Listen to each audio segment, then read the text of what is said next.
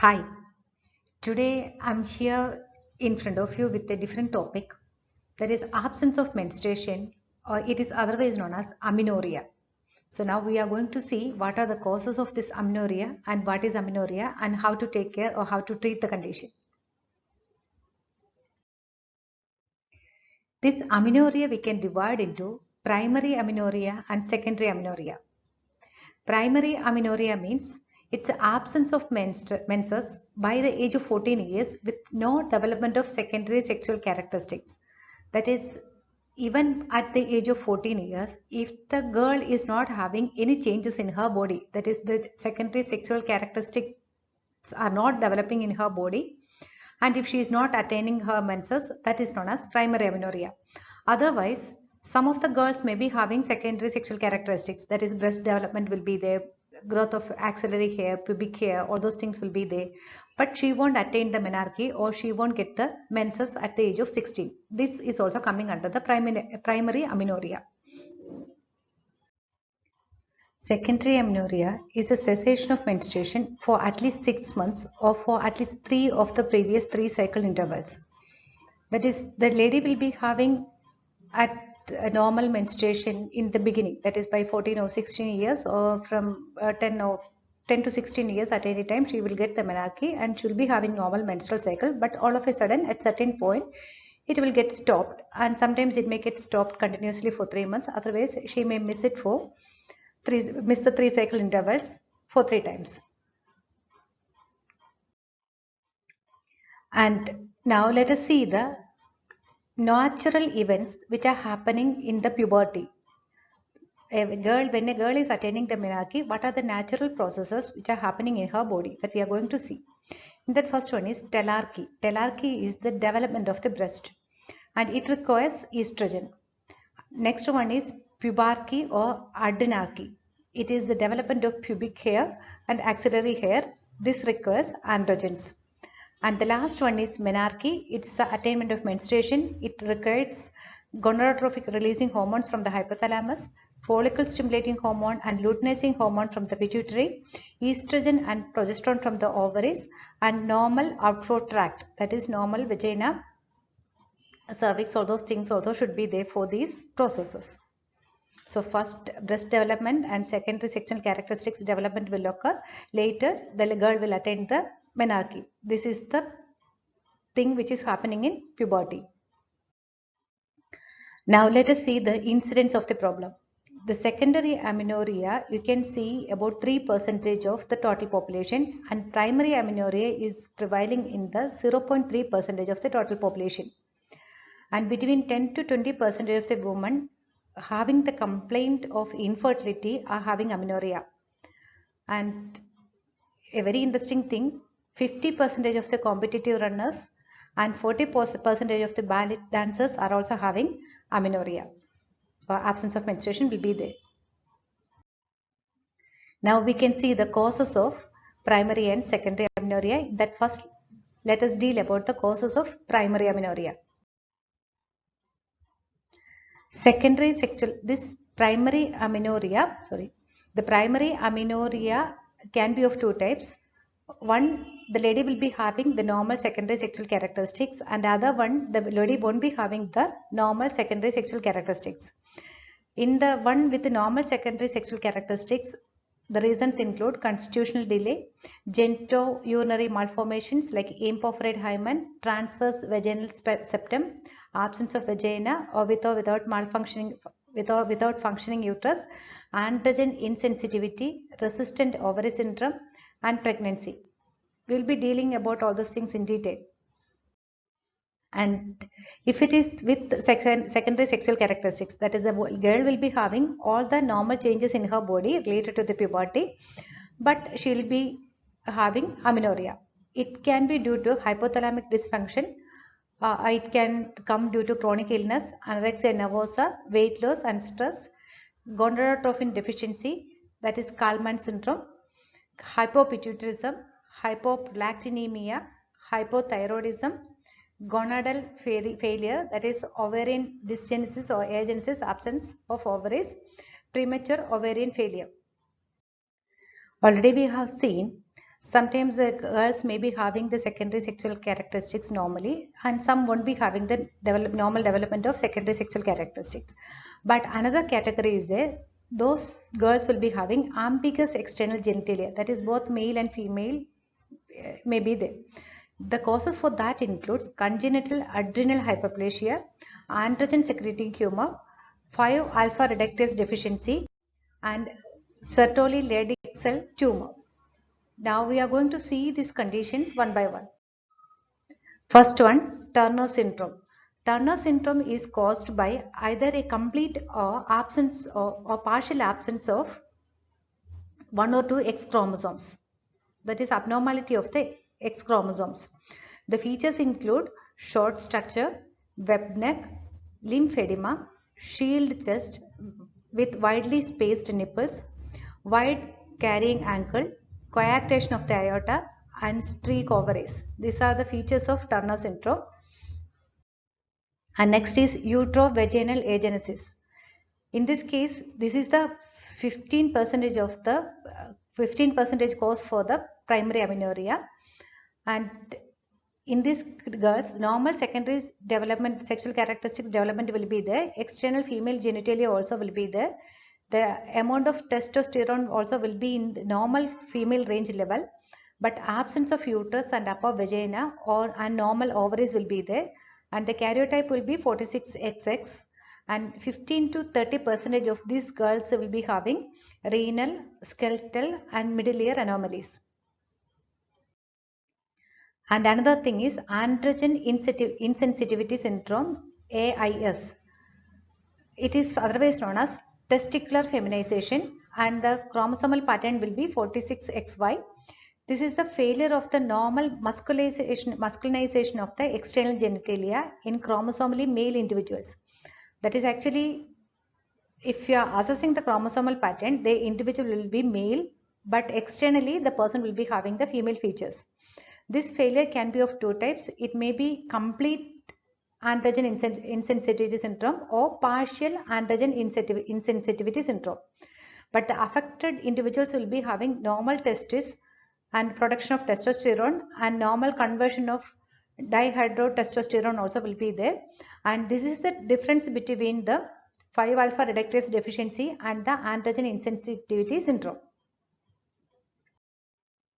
And another condition is imperforate hymen. Imperforate hymen represents the most common and most distal form of vaginal outflow obstruction. That is, normal menstruation will be there for the girl, normal ovary and uterus also will be there, but due to the obstruction in the vagina, the outflow of menstruation will not occur, and it will be evidenced by the abdominal pain and primary amenorrhea.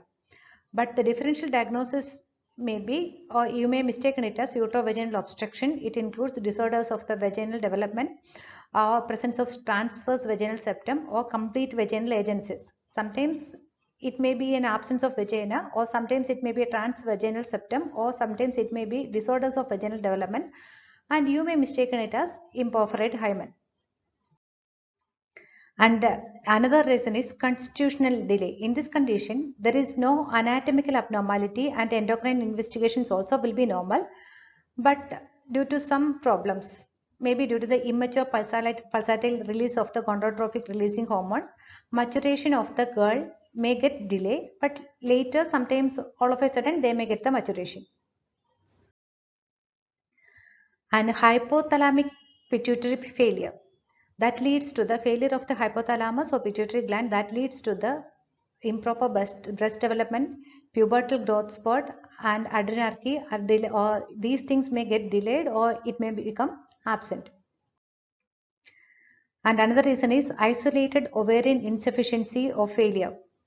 Adrenarche will be there in this case, but estrogen dependent breast development and the pubertal growth spurt are also will be sometimes it may be absent or it may get delayed. Next, we are going to see the causes of secondary amenorrhea. Features of androgen excess, that is male sex hormones excess may be there in some ladies, those are having the secondary amenorrhea. The main causes of secondary amenorrhea include physiological causes. The physiological causes include pregnancy, lactation, and menopause. That is stoppage of menstruation.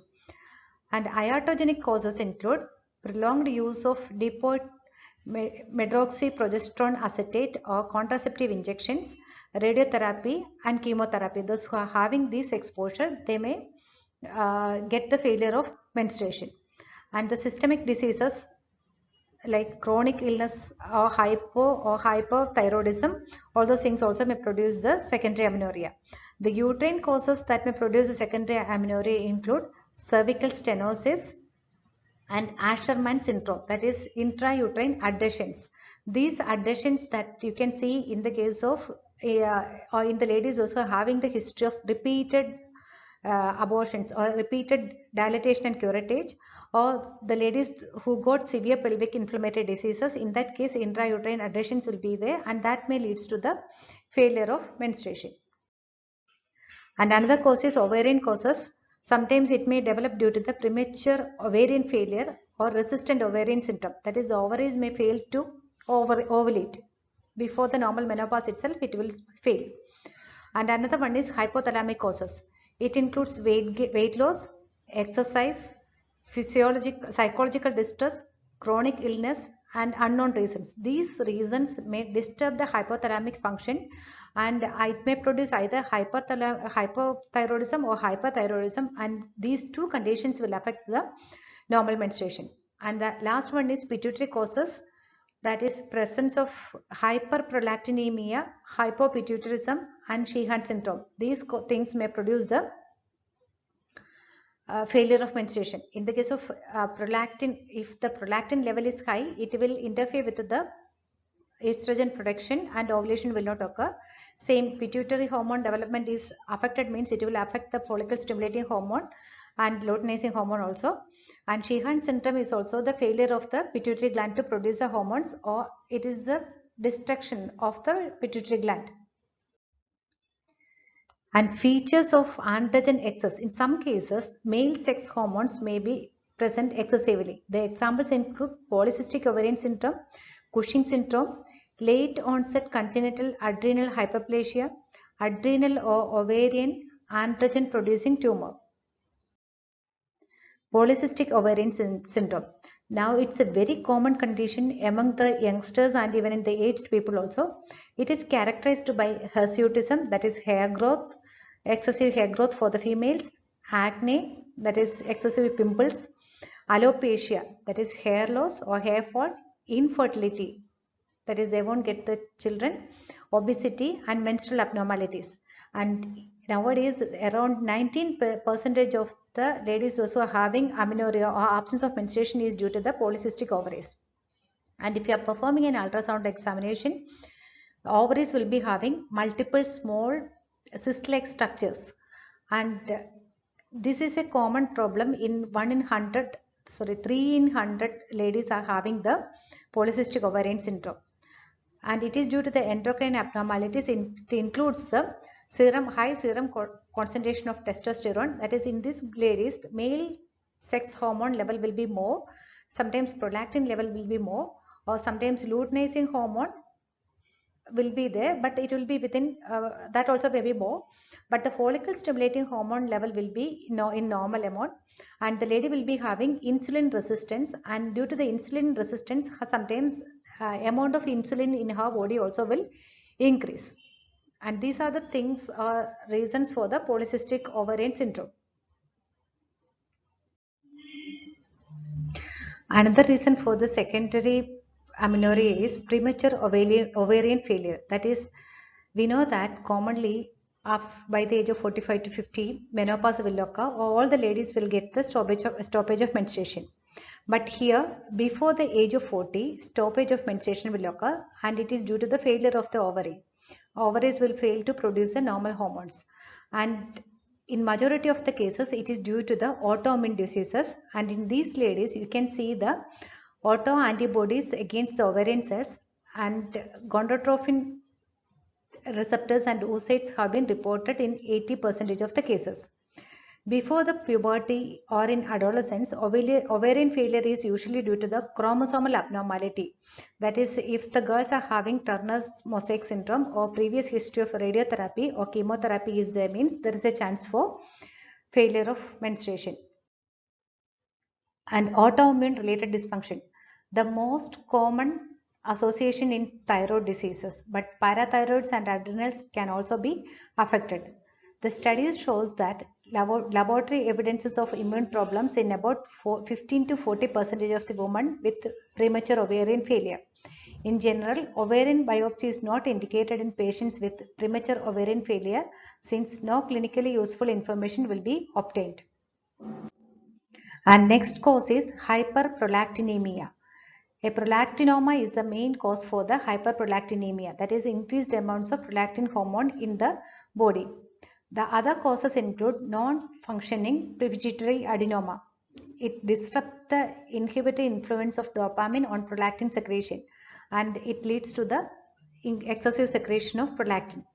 And another reason is dopaminergic antagonistic drugs. Example, phenothiazines, haloperidol, clozapine, methyldopa, cimetidine. If these drugs, if you are giving for a long period, that may leads to the hypersecretion of prolactin. And even hypothyroidism also may leads to the hypersecretion of prolactin. And sometimes without any reason also this hyperprolactinemia will occur. Anyway, the prolactin acts directly on the hypothalamus and it reduces the amplitude and frequency of pulses on gonadotropin releasing hormone. That's the reason for the suppression of ovulation in the case of hyperprolactinemia. Weight-related secondary amenorrhea. A regular menstrual cycle is unlikely to occur if the body mass index is less than 90. The normal range of body BMI is 20 to 25 and if it is less than 90, these ladies may not get the normal menstrual cycle. So this you can see in the case of weight loss due to illnesses, weight loss due to severe exercise or eating disorders, and this you can see in the condition of anorexia nervosa. That's why I told the athletes, those who are having, that is in the case of competitive runners and in the case of perform dancers, sometimes you may see the amenorrhea. It is due to the presence of it is due to the excessive weight loss in those persons in case if they have. Another one is progesterone associated amenorrhea. If the lady is using dipot-medroxyprogesterone acetate, it inhibits the secretion of gonadotropin and it suppresses the lactation. After using for 1 year, 80% of the women are getting amenorrhea. Otherwise, they will get the infrequent vaginal bleeding. There is a partial estrogen deficiency in women who use the dipot-medroxyprogesterone acetate for a long period. That is the reason for this absence of menstruation in those ladies. And progesterone only pill. If the lady is using progesterone only pill for a long time, that leads to the reversible amenorrhea and it is due to the suppression of ovulation for a long time. And the next one is the levonorgestrel releasing intrauterine devices. If they are using, that is progesterone releasing intrauterine devices, if they are using, that also leads to the amenorrhea for few months. And it is mainly due to the local effect, but sometimes it may be due to the suppression of lactation also. So the suppression of ovulation also. Next, we can see the assessment of secondary amenorrhea. First, we should take a detailed history. A good history reveals the etiological factors in about 85% of the cases. And next, you should see the symptoms of pregnancy. If it is due to pregnancy, it is quite natural. And you should see the other associated symptoms like galactorrhea, hirsutism, hot flashes, dry vagina, symptoms of thyroid diseases. That is, if high prolactin level is there, means galactorrhea will be there, hirsutism will be there if the lady is having other hormonal deficiencies like excessive male sex hormones. Hot flashes will be there if the lady is having ovarian failure, and dry vagina also will be there if the lady is having ovarian failure or related to the stoppage of menstruation. And thyroid diseases, both hyper and hypothyroidism also will produce the absence of menstruation. So you should assess for these problems and you should take the history of recent body weight changes. And you should ask to the lady whether she is having any emotional upsets or whether she got any previous menstrual or obstetrical history. That also should be collected. History of previous surgery like endometrial curettage, oophorectomy, that is removal of the ovary. If the ovaries are removed also, the lady won't be getting the ovulation and normal menstruation. And previous abdominal, pelvic or cranial radiotherapy. If radiation exposure is there, means that there is a chance for absence of menstruation. So it should be collected. And family history of early menopause, that also should be collected. And you should ask to the lady whether she is having the history of using progesterone or combined oral contraceptive, or whether she is having the history of chemotherapy. And in the examination, you should take the height and weight, and you should calculate the body mass index, and you should assess the signs of excessive androgens, that is male sex hormone excessive production is there or not. This will be revealed by the presence of hirsutism, that is the excessive growth of hair over the face, all those things, and presence of acne also will be there. And signs of virilization, that is deep voice, hirsutism and acne, all those things are there or not, that you should see. And you should assess for the signs of thyroid diseases also. And you should see for the acanthosis nigricans, that is hyperpigmented thickening of the skin folds of axilla and neck. It's a symptom of profound insulin resistance, and you can see it commonly in the case of polycystic ovarian diseases and in the case of obesity also. That is excessive dark pigmentation of the neck and axilla will be there. And you should observe the breast for the presence of galactorrhea, that is the presence of breast milk. If a mother is not lactating and if she is having breast milk, it is due to the high amount of prolactin. And you should perform the pelvic examination to exclude the possibility of the agenesis or atresia or other problems. The complications of this amenorrhea include, especially the secondary amenorrhea. First one is osteoporosis. Women with amenorrhea is associated with estrogen deficiency and are at high risk of developing osteoporosis. The risk persists even if the normal menses, if they are resuming back also, the risk persists. Estrogen deficiency is of particular concern in younger women as a desirable peak bone mass may not be attained. So osteoporosis is the main problem if they are having estrogen deficiency. And another problem is cardiovascular diseases. Young women with amenorrhea associated with estrogen deficiency are at high risk of cardiovascular diseases. And women with polycystic ovaries are at high risk of developing cardiovascular diseases, hypertension and type 2 diabetes mellitus. And recent management of amenorrhea, it includes, for the time being, if it is a secondary amenorrhea, you can manage it by using oral contraceptives. But for prolonged use of oral contraceptives is not advisory because it's having the side effects. And estrogen supplementation can be given. It may resume the normal cyclical activity. Otherwise, you can go for the subcutaneous graft. The graft which are producing estrogen, you will be giving subcutaneously. Gradually, it will grow and it will start to produce the a sufficient amount of estrogen. Thank you for watching this video.